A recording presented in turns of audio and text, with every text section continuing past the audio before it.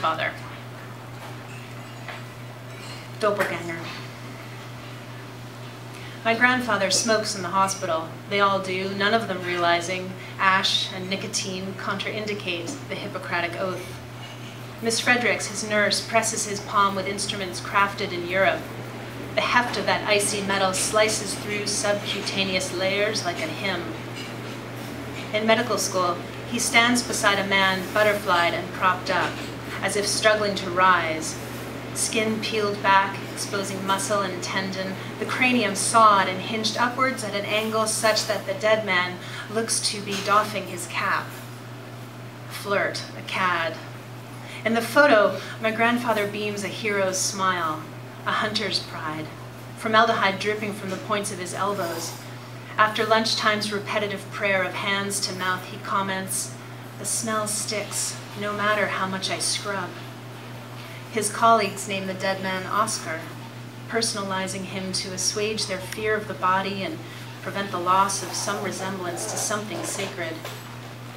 Calluses on the palms testify Oscar, dead at 43, was a hard worker. The ripple of muscle under his skin is an easy anatomy lesson. At other tables, students struggle with idiopathic structures, deviations, while my grandfather deftly deconstructs his future. End of semester, the trio identifies cherry red spots in Oscar's gray matter that determines he died of carbon monoxide poisoning. Every organ but this one lush, robust, and sound. Yet one evening, Oscar fell to his knees, his broad back bowed, gave in to the gentle hum of an engine. With the relentless wit of a child, I press him to tell me why he doesn't sleep while the world stills. He says he thinks of Oscar then, all the Oscars, the pain of being alive. So you heard that I grew up in Boston, and when you're on the Eastern Seaboard, you absorb the history of what's been happening there, and part of that is the whaling industry that petered out in the 1800s. But there's a lot of whaling history that you sort of absorb subconsciously, and a few things you'll hear in this poem are the names of some local whales. Baleen whales, right whales, gray whales, sperm whales, and also the way that they used to render or turn the whales into whale oil and ambergris is they would cut them up in the water and then bring the chunks of blubber up onto the boats, and they would boil them in these three-legged pots called tripots.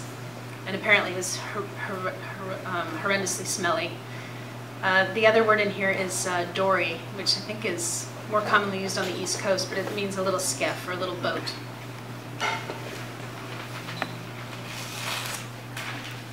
Rendering. I hunt and harpoon it, survive. Return to port with an idea so large I must carve steps into its carcass to mount and understand it. The compulsion to tear apart what I love, digest a truth, examine vessel by vessel this massive muscle, alter the shape of something that outweighs me with implausible numbers. The hull of a blue is tendered starboard side, fins tucked prim to the wood of my ship, a handsome blade ready in my fist. I slice a ladder into and of the flesh, dressed in oil and seawater, blood, port, wine, stains. Butchering, a lonely alchemy.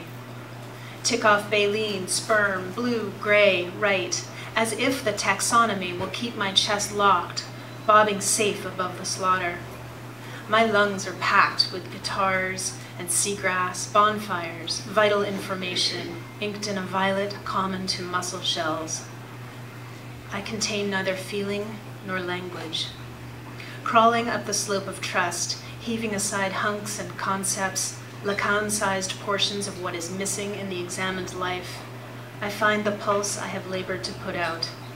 Still, I render archives of solitude in the tripods, liquefy flesh, barrel and label the material of desire.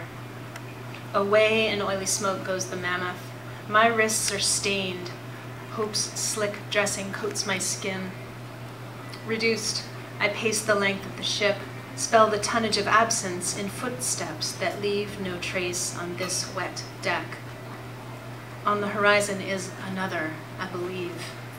Yet the heart, like the orphan calf, is a soulful dory circling what it knows of belonging, keening at the crisp distance between souls. Wow.